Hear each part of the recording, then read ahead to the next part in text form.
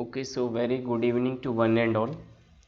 सो dear student, हम लोग पढ़ रहे थे एस ब्लॉक एलिमेंट्स, और एस ब्लॉक एलिमेंट्स में हमने फिज़िकल प्रॉपर्टीज़ स्टार्ट की थी। लास्ट क्लास में लेक्चर 1 में हम लोगों ने काफ़ी कुछ एस ब्लॉक के बारे में पढ़ लिया था। एस ब्लॉक के एलिमेंट्स के नाम, उनका इलेक्ट्रॉनिक कॉन्फ़िगरेशन, फिज़िकल स्टेट, सारे सॉलिड एग्जिस्ट फॉर्म में करते हैं, सॉलिड स्टेट में एग्जिस्ट करते हैं। केवल francium as a radioactive elements, atomic number 87 seventh period का एलिमेंट जो था वो लिक्विड फॉर्म में एग्जिस्ट करता। सारा डिटेल पड़ा हुआ है पिछले लेक्चर्स में।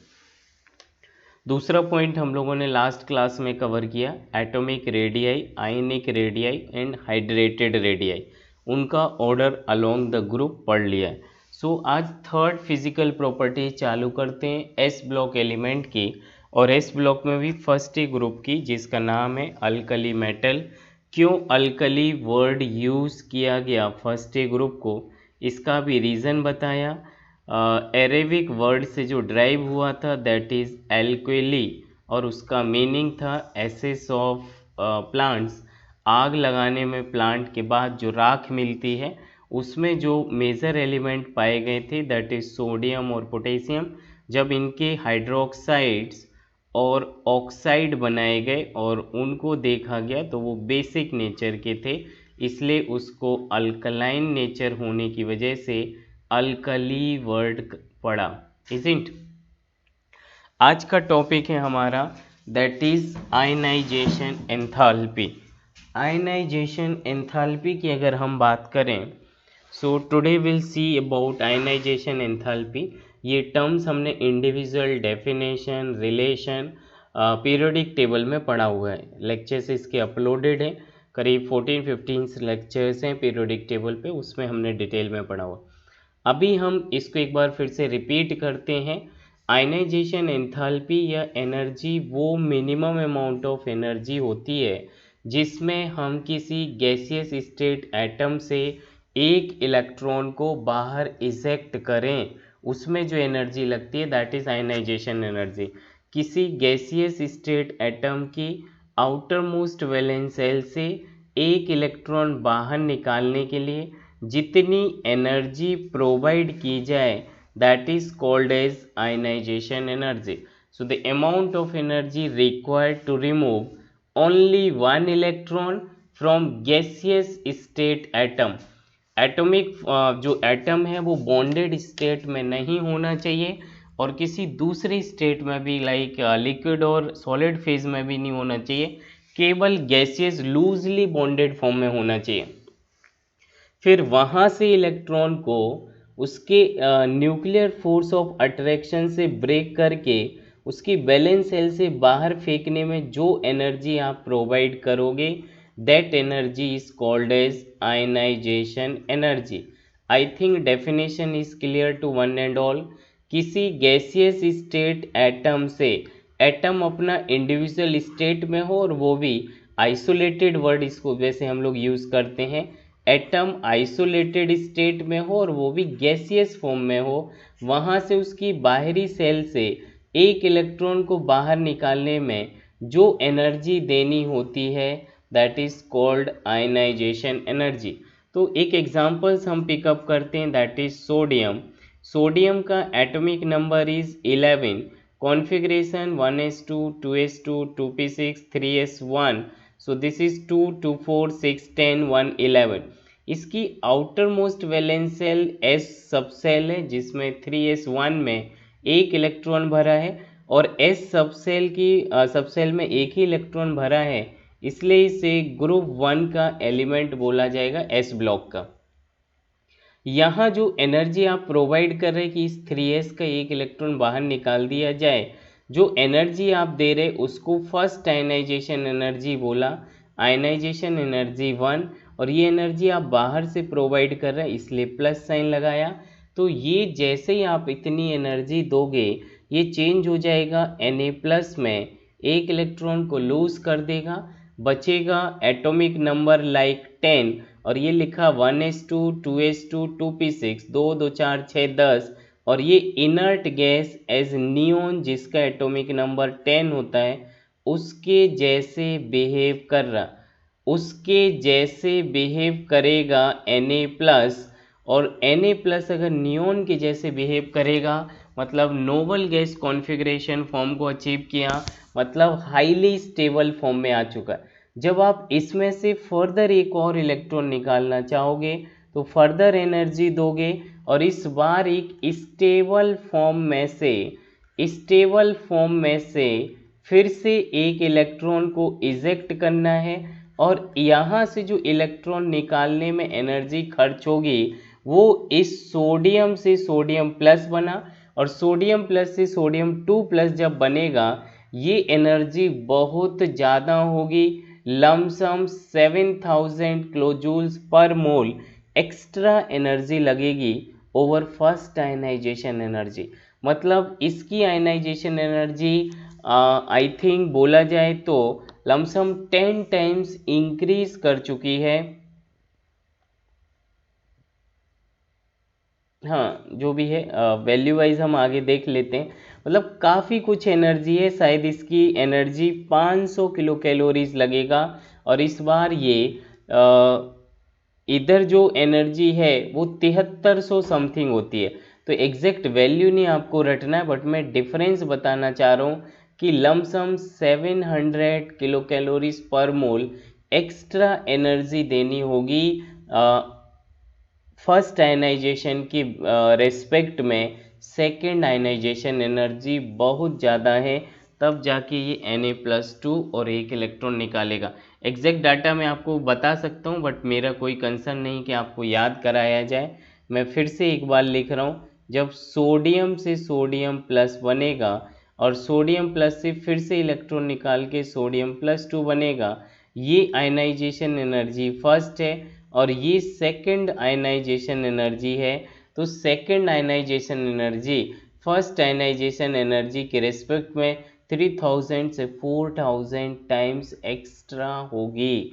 इसका मतलब इसका रीज़न क्यों ऐसा हो रहा है, क्योंकि जो आप सेकंड आयनाइजेशन एनर्जी दोगे वो जो यूनिवेलेंट या मोनोवेलेंट कैटाइन बनेगा वो कैटाइन नोबल गैस के जैसे बिहेव करने लगता है। उनकी outermost valence shell complete filled होती है, और किसी न किसी नोबल गैस के जैसे helium, neon, argon, krypton, xenon, radon इनके जैसे बिहेव करेगा।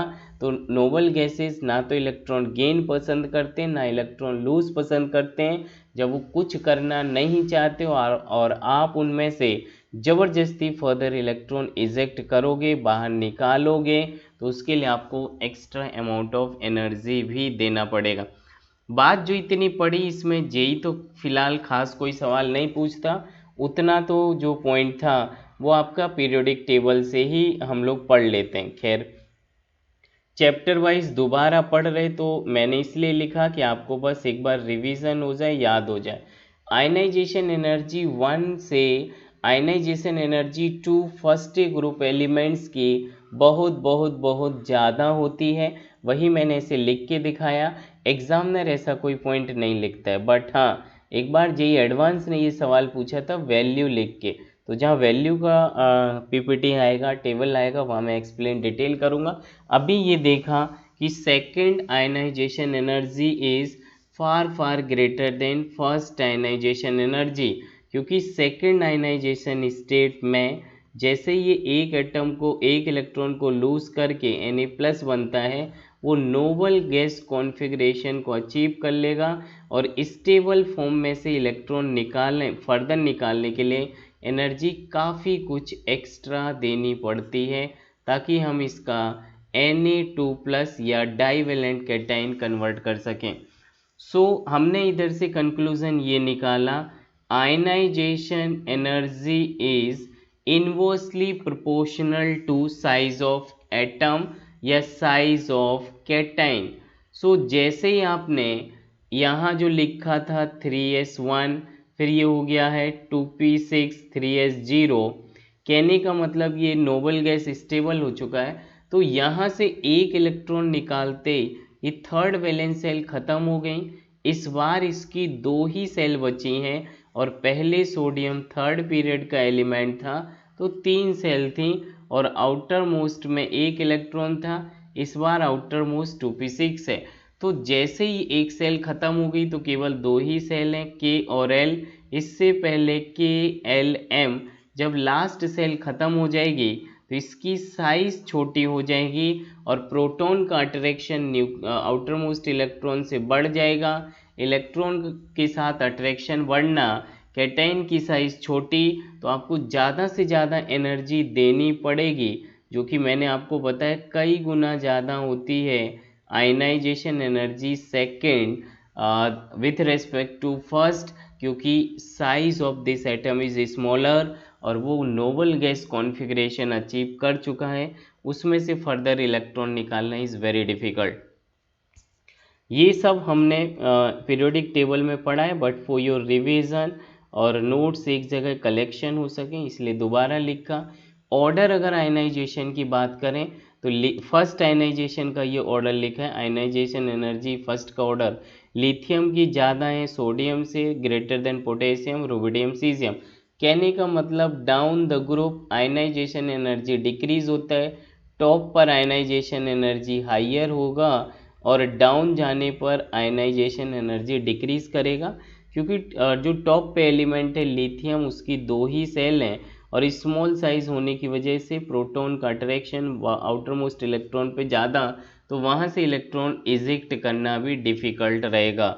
सो सीजियम सिक्स्थ पीरियड का एलिमेंट से छठवीं सेल में इलेक्ट्रॉन भरा होगा, लाइक 1 2 3 या 1 2 3 4 5 6, तो इतने दूर जो इलेक्ट्रॉन है इसका प्रोटॉन से अट्रैक्शन कम है, तो ईजिली कम एनर्जी को गेन करके भी इजेक्ट किया जा सकता है।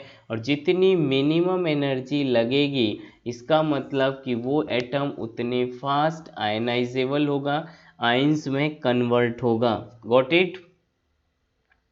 चलिए, सो जरा देखिए वैल्यू वाइज अगर मैं आपसे बात करूं, फिलहाल एक बार जेई एडवांस ने पूछा था कि ये किस ग्रुप के एलिमेंट्स हैं, या आपकी अरिहंत पब्लिकेशन की जो बुक्स आती है उसमें लिखा है, ऐसा क्वेश्चन पूछा भी है।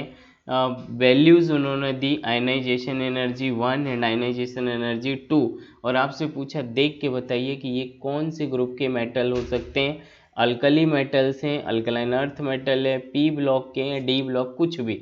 आंसर इज, अगर एनर्जी का गैप फर्स्ट और सेकंड में बहुत बहुत बहुत बहुत ज़्यादा है तो वो केवल फर्स्ट ए ग्रुप के ही एलिमेंट होंगे। आप इस क्वेश्चंस को देख सकते हैं, बाकी लास्ट में मैं डीपीपी में डिस्कस करूँगा।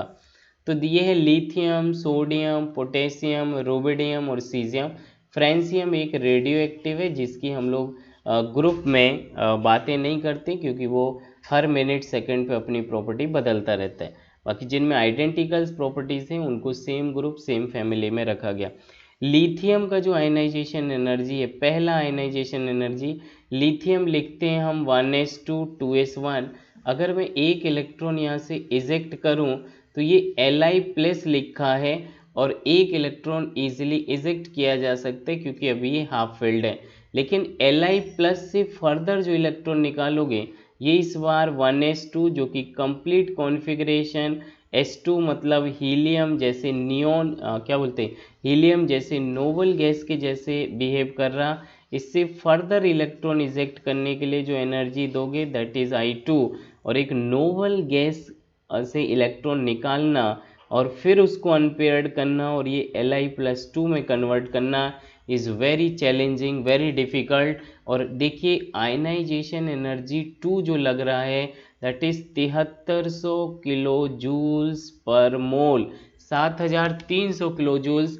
तो पहले 500 था और इस बार something something 6800 kilo calories energy extra देनी पड़ी जब लिथियम +1 से +2 में कन्वर्ट हो रहा होगा, क्योंकि +1 एक नोबल गैस हाईली स्टेबल है।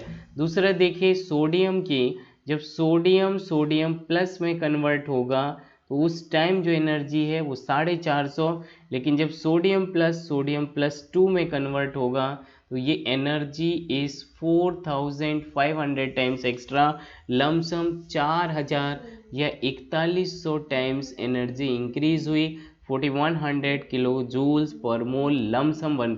ये मैंने एग्जैक्ट नहीं लिखे, मैंने वो डाटा लिखे जो आप याद कर पाएँ, आप पढ़ें तो आपकी मेमोरी में छप जाए। ये कुछ 456, 58 ऐसे कुछ होंगे। हमने इसको बहुत ब्रेक करके लिखा कि आप फिगर वाइज पढ़ पाएँ। पोटेशियम की एनर्जी जो पहली है वो 410 है। अगला देखिए 3000 किलो कैलोरीज, जब K+ से K2+ बनाओगे। रुबिडियम की 400 है, 2500 इंक्रीज कर गया, 3500 से 2400 किलो कैलोरीज तक बढ़ गया। तो फर्स्ट ग्रुप के एलिमेंट जो 500 से चालू करना, और अगर आपको याद ना रहे 150 कुछ एवरेज घटाते जाना, 500, 450, 400, 410, 405, 350 लमसम, आपको कोई दिक्कत नहीं आएगी।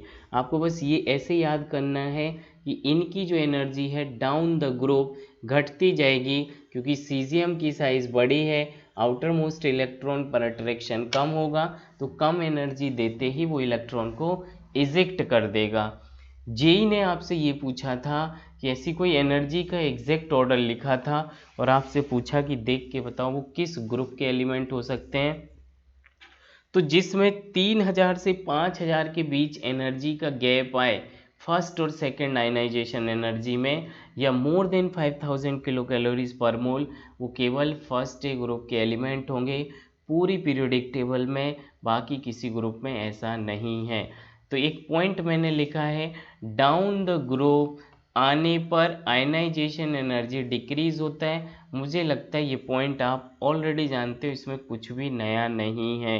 साइज बढ़ती है, प्रोटॉन का या न्यूक्लियस का attraction outer most valence electron पे कम लगता है, वो इजीली इलेक्ट्रॉन इजेक्ट कर देगा, तो एनर्जी भी कम लगी। अगला एग्जांपल्स हमने सोडियम की जगह लिथियम का लिखा। Configuration 1s2 2s1, lithium is 3। एक इलेक्ट्रॉन इजेक्ट किया, ये लास्ट वाली सेकेंड सबसेल खत्म हो गई, ये सेकेंड सेल का ये एस सबसेल खत्म हुआ, और ये जो आयनाइजेशन एनर्जी दिया इसे आयनाइजेशन एनर्जी 1 बोला, और यहाँ पे ये कन्वर्ट हो गया Li+ में, और ये बचा आपका 1s2। फर्दर आपने एक इलेक्ट्रॉन इजेक्ट किया तो ये आयनाइजेशन एनर्जी 2 में कन्वर्ट हो गया, और ये Li+1 से Li+2 में चला गया, 2 इलेक्ट्रॉन लूज हुए, और इस बार ये बचा 1s2। तो जैसे ये 1s2 है, मतलब ये हीलियम के जैसे बिहेव करेगा, एक नोबल गैस के जैसे बिहेव करेगा, जो हाईली स्टेबल फॉर्म होता है। इवन हीलियम ने तो आज तक पूरी केमिस्ट्री में ना कोई कंपाउंड बनाया, ना ही कोई कंपाउंड बनाया, तो ना तो इलेक्ट्रॉन गेन करेगा ना लूज करेगा। इसलिए इसकी लिथियम+ से लिथियम 2+ में जो एनर्जी का वेरिएशन है वो समथिंग 6800 किलो जूल्स पर मोल है। इससे यहाँ तक आने में 500 का खर्चा बैठा, और यहाँ से यहाँ तक जाने में 7300 का खर्चा बैठा, 7300 kilo joules per moles. Exactly data आपको एक भी याद नहीं रखना, लेकिन मैं शायद ऐसा समझता हूँ कि डाटा वाइज आप समझोगे तो ये आपको मोर टाइम तक याद रहेगा कि नोबल गैस बनने से कितनी सारी एक्स्ट्रा एनर्जीज आपको देनी पड़ी। तो जैसे लिथियम+ में बना वो 1s2 लिखा है, नोबल गैस कॉन्फ़िगरेशन को अचीव किया, हीलियम के जैसे बिहेव करने लगा, और इसमें कंप्लीट फील्ड कॉन्फ़िगरेशन था, इसलिए हाईली स्टेबल फॉर्म में आ गया, और वहाँ से फर्दर उससे इलेक्ट्रॉन निकालना इज़ वेरी डिफ़िकल्ट। सो मैंने देखिए इसी पॉइंट को आपको हाईलाइट करना चाहा कि जब भी अल्कली मेटल दिया जाएगा तो फर्स्ट आयनाइजेशन एनर्जी और सेकंड आयनाइजेशन एनर्जी में बहुत ज़्यादा डिफरेंस होता है। First ionization energy 500 kilo joules per mole, और second ionization 7300 kilo joules per mole, lump sum 6800 kilo joules energy extra देनी पड़ी, तब आप फर्स्ट आयनाइजेशन से सेकंड आयनाइजेशन में पहुँचे। उसका मेनली रीज़न था एक इलेक्ट्रॉन को फर्स्ट ग्रुप इजेक्ट करके अपने आप को हाईएस्ट स्टेबल फॉर्म के जैसे बिहेव कराता है, नोबल गैस कॉन्फ़िगरेशन को अचीव कर लेता है। नेक्स्ट लास्ट पॉइंट, ये एनसीईआरटी का पॉइंट्स है, इवन मॉड्यूल्स वगैरह में पूछा और जेई ने पूछा है। जितनी कम आयनाइजेशन एनर्जी होगी, lower the ionisation energy means metal easily lose one electron and changes from metal gaseous state to metal plus ion form और एक इलेक्ट्रॉन को लूज किया, तो ये जल्दी वही करेगा जो डाउन द ग्रुप होगा। Lithium, sodium, potassium, rubidium, caesium. Caesium easily electron को लूज करता है, तुरंत सीजियम प्लस में कन्वर्ट होता है। इस प्रॉपर्टीज को हम लोग इलेक्ट्रोपॉजिटिव मेटल भी बोलते हैं। ये तुरंत इलेक्ट्रोपॉजिटिव कैरेक्टर दिखाया due to less attraction between nucleus and the outermost valence shell electron. So that was the about first A group, क्या बोलते हैं, ionisation energy of first A group. कुछ भी रॉकेट साइंस नहीं था। मुझे लगता मैक्सिमम चीज़ें यहाँ से जो अभी तक पूछी गई वो मैंने आपको डिस्कस किया। एक तो ऑर्डर पूछेगा, तो आयनाइजेशन एनर्जी का ऑर्डर जितनी छोटी साइज होगी, प्रोटॉन और outermost valence shell electron के बीच अट्रैक्शन उतना ज़्यादा, जितना ज़्यादा अट्रैक्शन उसको तोड़ने में एनर्जी ज़्यादा, that is called more ionization energy. तो down the group ionization energy decrease होती है, और फर्स्ट ए ग्रुप में आयनाइजेशन एनर्जी के ट्रेंड में कुछ भी डिफरेंस नहीं है, कोई दिक्कत नहीं है। सबसे ज़्यादा ionisation energy lithium, then sodium, sodium की ज़्यादा पोटेशियम, वो ज़्यादा रुबिडियम, और वो ज़्यादा सीजियम, और ये फर्स्ट आयनाइजेशन एनर्जी का ऑर्डर है। जब ये सब प्लस बन जाएंगे तो सेकंड आयनाइजेशन एनर्जी का भी ऑर्डर यही रहेगा। फर्स्ट और सेकंड में वैल्यूज वाइज बहुत डिफरेंस आ जाता है। So that's all about the first. Next, third physical properties of S block element. Now move to the next property. It's also very easy. So fourth property की अगर हम बात करें, so that is density. So density इस पे NCERT ने लिखा है और ये सवाल पूछते हैं, और हम लोग S ब्लॉक की फोर्थ प्रॉपर्टी फिजिकल प्रॉपर्टीज को पढ़ रहे हैं। इससे पहले हमने इलेक्ट्रॉनिक कॉन्फ़िगरेशन, देन हमने पढ़ा एटॉमिक रेडियाई, आयनिक रेडियाई, इससे जस्ट पहले पढ़ा ionisation energy, and this one is density. So density पे सवाल ज़रूर बनता है, ये पढ़ना हमें ज़रूरी है। और फाइनली एक ही सवाल अब तक जितना पढ़ा उसमें जेई नीट बराबर पूछता रहा है, और वो ये है कि डाउन द ग्रुप जाने पर डेंसिटी इंक्रीज करती है। तो लिथियम से ज़्यादा सोडियम और सोडियम से ज़्यादा पोटेशियम होना चाहिए, लेकिन इधर थोड़ा सा चेंज आ जाता है। पोटेशियम की डेंसिटी सोडियम से कम है, देन रुबिडियम, देन सीजियम। लग तो ऐसे रहा था लिथियम से ज़्यादा सोडियम, सोडियम से ज़्यादा पोटेशियम, पोटेशियम से ज़्यादा rubidium, then caesium. Atomic number 19 है और एटॉमिक नंबर 11, बट पोटेशियम की डेंसिटी ज़्यादा कम है और सोडियम की डेंसिटी ज़्यादा है। ये क्यों हुआ, इस पे सवाल जेई नीट हमेशा पूछता है। या डेंसिटी, जब भी फर्स्ट ग्रुप का डेंसिटी कंपैरिजन किया जाए, केवल एकमात्र यही ऑर्डर पूछता है, दूसरा कोई सवाल में दम नहीं है, या पॉसिबल नहीं है, या वर्थ नहीं है पूछने लायक। So let's will do that very fast. Density पर एक लाइन ही केवल एनसीईआरटी ने लिखा है, हम लोग थोड़ा सा डिटेल उसको कवर करते हैं। डेंसिटी की अगर मैं आपसे बात करूं, तो जो लाइटर एलिमेंट्स हैं जो ग्रुप में पहले हैं, that is lithium, sodium, potassium, जिनका मास छोटा है, having laser density than water. Water की डेंसिटी 1 होती है, तो उससे भी कम डेंसिटी है लिथियम, सोडियम, पोटेशियम। जब इसकी वाटर से डेंसिटी कम है, इसलिए हम इन्हें कैरोसिन ऑयल में डिप कर लेते हैं।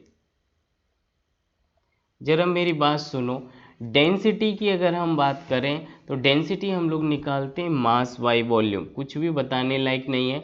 जनरल ट्रेंड क्या होता है ये एक बार सुन लेते हैं।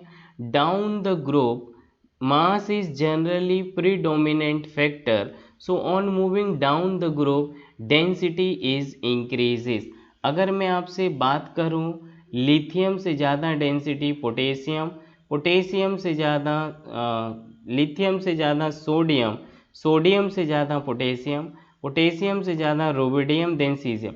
थोड़ा सा सोडियम और पोटेशियम में चेंज है, वो करेक्ट करके लिखता हूँ, रीज़न आगे पढ़ लेंगे।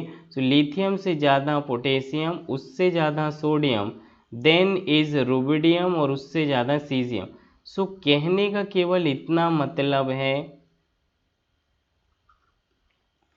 इतना मतलब है कि डाउन द ग्रुप देखिए, इसको छोड़ दिया जाए तो पूरी पीरियोडिक टेबल में डाउन द ग्रुप डेंसिटी बढ़ रहा, इवन इधर भी बढ़ रहा, केवल पोटेशियम की छोटी हो गई सोडियम से। यही एकमात्र सवाल डेंसिटी का फर्स्ट ग्रुप से बनता है, या अभी तक जो भी पढ़ा उसमें यही एकमात्र सवाल रिपीटेडली प्री जेई मेंस इन सब में पूछा गया। सो देख लेते एक बार फटाफट देखिए। Potassium is lighter than sodium because abnormal increase in the atomic size of potassium.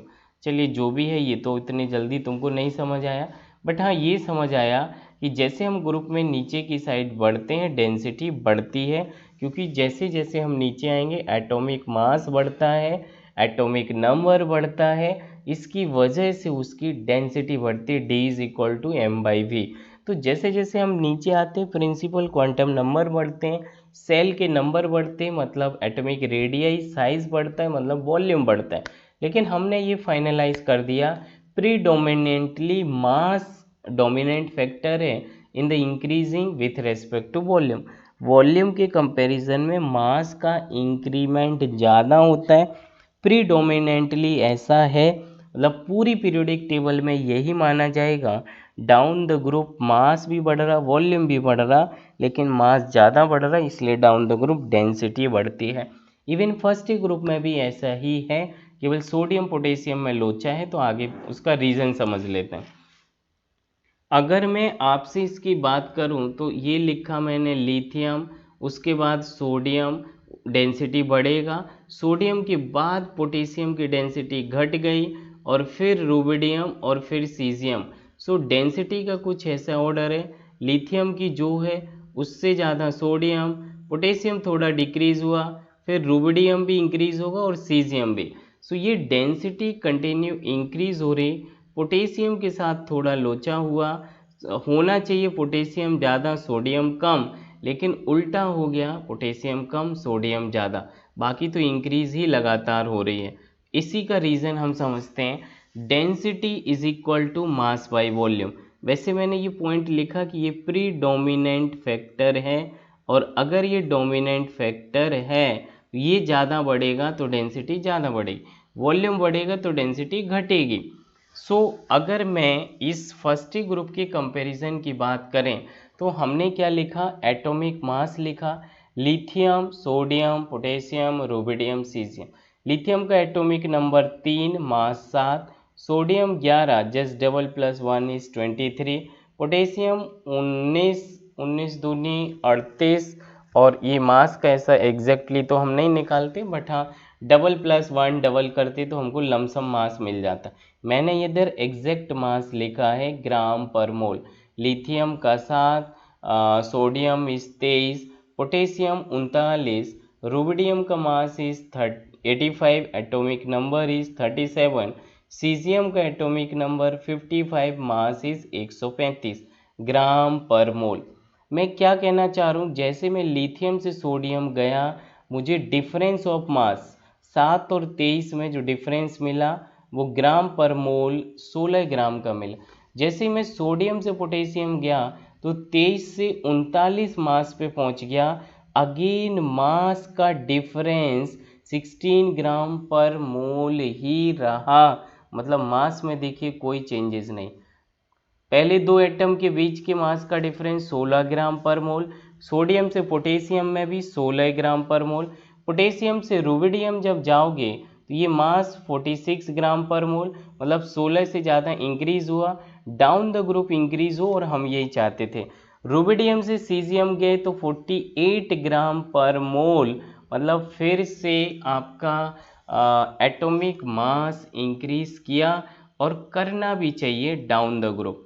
फिर हम उनके एटॉमिक रेडियाई पिकोमीटर में बात करते हैं, जिसको एक्चुअली रेडियाई या वॉल्यूम के टर्म्स में हमें यूज़ करना है। और वॉल्यूम अगर बढ़ा तो डेंसिटी डिक्रीज करती है। बस हमको ये फैक्टर एनालाइज करना है। तो जो लिथियम है उसकी डेंसिटी 152 पिकोमीटर और सोडियम की 186। जैसे जैसे हम ऊपर से नीचे आते हैं एटॉमिक रेडियाई बढ़ेगा, क्योंकि न्यू न्यू सेल ऐड होते हैं, नंबर ऑफ सेल इंक्रीज होने से रेडियाई बढ़ रहा, मतलब वॉल्यूम भी बढ़ना चाहिए। देखिए वॉल्यूम बढ़ भी रहा है। मेरी बात सुनो जरा, इधर जो एटॉमिक रेडियाई है 152 लिथियम का, और सोडियम ये पहुंच गया 186। तो डिफरेंस जो रेडियाई का आया दो एटम के बीच में, लिथियम और sodium, that is 34 picometre. Sodium 186 से जब ये सोडियम के बाद पोटेशियम गया तो देखिए एटॉमिक रेडियाई इंक्रीज हुआ, 227 पिकोमीटर पे पहुंचा।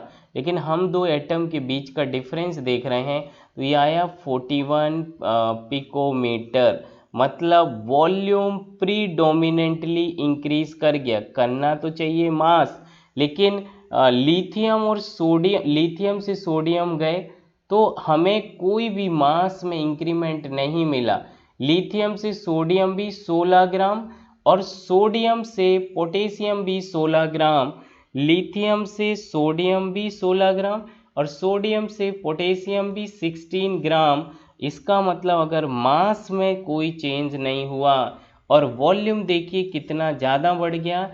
लिथियम से सोडियम 34 पिकोमीटर और सोडियम से पोटेशियम 41 पिकोमीटर। वॉल्यूम अगर रैपिडली इंक्रीज कर गया, वॉल्यूम अगर रैपिडली इंक्रीज किया पोटेशियम के केस में, ये तो पोटेशियम की साइज थी, तो पोटेशियम का अगर वॉल्यूम ज़्यादा बढ़ेगा तो पोटेशियम की डेंसिटी कम हो जाएगी, क्योंकि मास में कोई फर्क आया नहीं।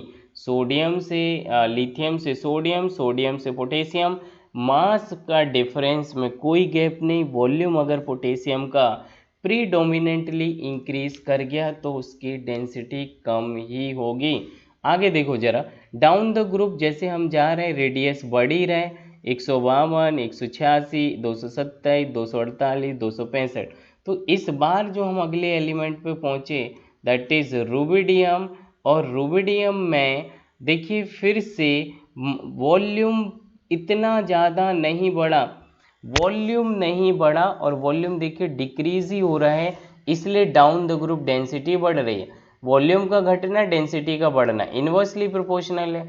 तो अगर मैं पोटेशियम और रुबिडियम के बीच के वॉल्यूम की बात करें, डेंसिटी की बात क्या बोलते हैं, साइज की बात करें, रेडियाई की बात करें, तो ये 41 पिकोमीटर है। जैसे जैसे नीचे जा रहे हैं देखिए रेडियस, वॉल्यूम या साइज घटता जा रहा, और रेडियस का घटना, वॉल्यूम का घटना, मतलब मास का प्रीडोमिनेंटली इंक्रीज करना और मास का इंक्रीज करना इज डेंसिटी का बढ़ना।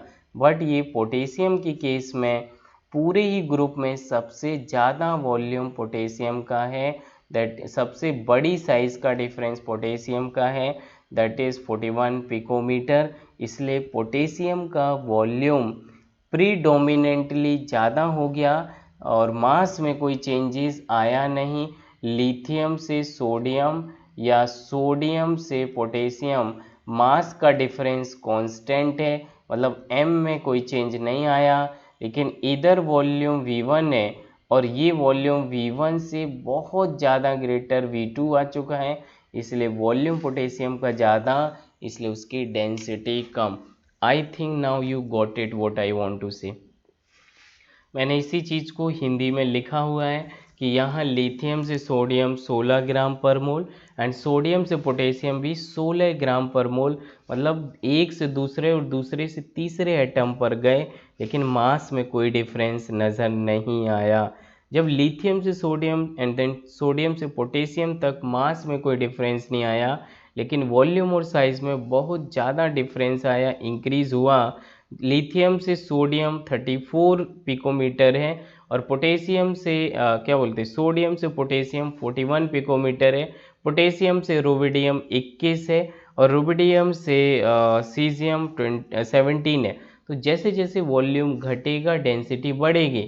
लेकिन यहाँ पर सोडियम से पोटेशियम वॉल्यूम घटने की जगह पूरे ही ग्रुप में हाईएस्ट डिफरेंस आया, बहुत ज़्यादा इंक्रीज किया, इसलिए पोटेशियम की डेंसिटी कम है। आई think now you got it. So now the volume of potassium atom increases, so the density of potassium decreases. ये ऑर्डर है, ये आपको याद करना है और इवन आता है। रीज़न मैंने काफ़ी डिटेल में डेप्थली एक्सप्लेन कर दिया है। लिथियम से ज़्यादा पोटेशियम, पोटेशियम से ज़्यादा रुबिडियम, लिथियम से ज़्यादा पोटेशियम, पोटेशियम से ज़्यादा density sodium, then rubidium, then caesium. देखने में तो लग रहा था लिथियम सोडियम पोटेशियम होना चाहिए, लेकिन पोटेशियम की डेंसिटी कम है और सोडियम की डेंसिटी ज़्यादा है पोटेशियम से। देन बाकी ट्रेंड सेम है। So down the group generally electron density increase करता है, पूरी पीरियोडिक टेबल में इंक्रीज करेगा, केवल फर्स्ट ग्रुप को छोड़ के। That's all, thank you so much.